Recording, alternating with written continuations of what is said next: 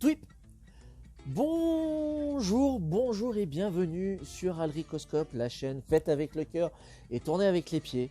C'est un plaisir de vous retrouver pour cette nouvelle vidéo.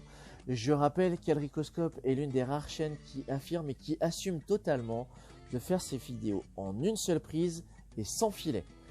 Aujourd'hui, nous allons revenir sur la collection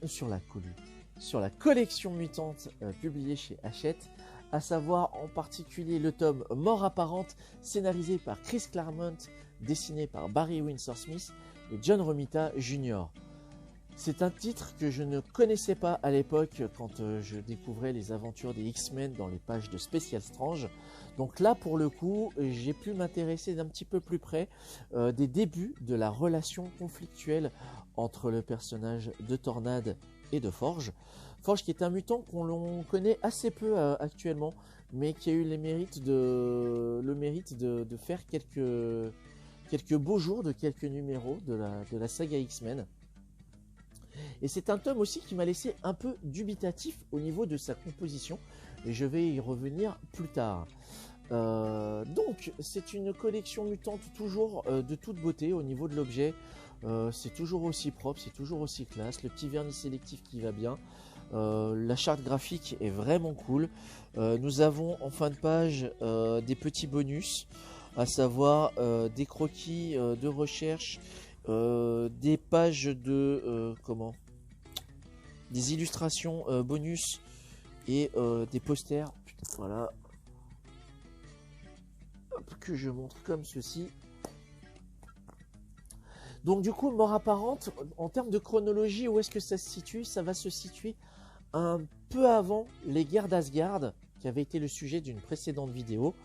Pour le coup, je mettrai le lien en description, où j'avais expliqué très rapidement que Tornade n'avait plus ses pouvoirs et devait chaperonner les nouveaux mutants. Et bien en fait, l'histoire de Mort apparente va être la conséquence directe de la perte de ses pouvoirs. Il faut savoir que Forge a créé, dont la faculté est d'être un ingénieur extrêmement talentueux, va mettre au point un dispositif visant à annihiler les pouvoirs de Malicia, qui cherchait à renouer, à pouvoir éprouver à nouveau la sensation du contact physique. Sauf que au cours d'une mésaventure, le dispositif va être enclenché et le faisceau va partir, et Tornade en fait va s'interposer dans la ligne de mire et recevoir la rafale de plein fouet, ce qui va engendrer pour conséquence la perte de ses pouvoirs de mutante. Et Mort apparente va mettre en lumière les réels enjeux entre le personnage de Forge et de Tornade. Une relation qui pourrait s'apparenter à une espèce de tragédie, une tragédie amoureuse un peu maladroite. Ça pourrait être le cas. Par certains aspects, ça y ressemble, c'est vrai. Mais Chris Claremont, qui est pour moi dans la catégorie des bâtisseurs en termes de scénariste, c'est-à-dire qu'il va poser les pierres d'une construction qui va vraiment prendre forme sur le long terme. Là, on va voir vraiment les prémices d'une relation conflictuelle et attractive entre ces deux personnages. C'est super intéressant. Donc là, pour le coup, on est plus dans une tragédie fantastique que dans un comics de super-héros. Mis en image par Barry Windsor Smith, vous voyez qu'ici, les pages, encore une fois, sont de toute beauté par ce dessinateur. Même si pour ma part, il n'a jamais été aussi bon que sur Wolverine l'Arme X, qui avait été aussi le sujet d'une autre vidéo. Le lien sera en description également. Mais là, ça marche quand même très bien. C'est un tome qui m'a laissé un peu dubitatif, numéro 17 ici présent. C'est un numéro qui m'a laissé un peu dubitatif parce que Mort apparente, c'est l'équivalent de 2 numéros américains, je crois. Donc en une quarantaine de pages, c'est plié. Du coup, comment peut-on justifier la sortie de ce tome? Eh bien tout simplement en y ajoutant des exercices de style de Chris Claremont Il faut savoir que nous sommes à la fin des années 80. Claremont aime beaucoup tout ce qui est science-fiction et heroic fantasy.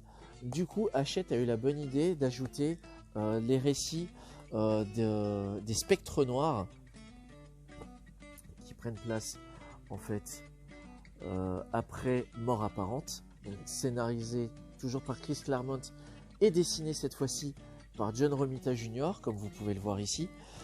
Donc là, les spectres noirs, ce sont des créatures que je ne connaissais pas.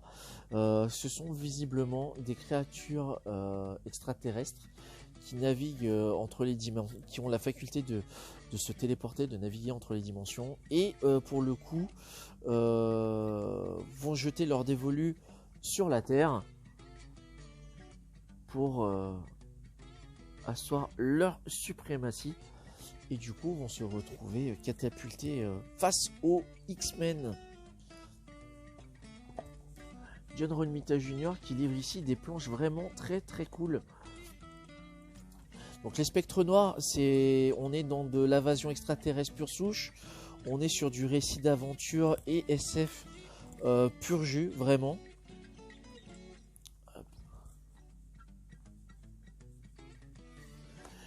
Et pour terminer ce tome, nous avons affaire à un récit franchement un peu... c'est un peu l'ovni de ce tome, intitulé Le Temps des Prodiges. Donc là on reconnaît l'île de Manhattan, mais au niveau architecture vous voyez qu'il y a comme un problème. En fait, il s'avère que Chris Claremont a utilisé un personnage de la franchise de Conan le Barbare, car à l'époque Marvel Comics détenait les droits de Conan, et Claremont a décidé d'utiliser le sorcier Kulan-Gath pour les besoins de son récit. Et oui c'est ça, Kulan-Gath. Je me permets de vérifier rapidement parce que j'ai vraiment pas envie de massacrer le nom du monsieur.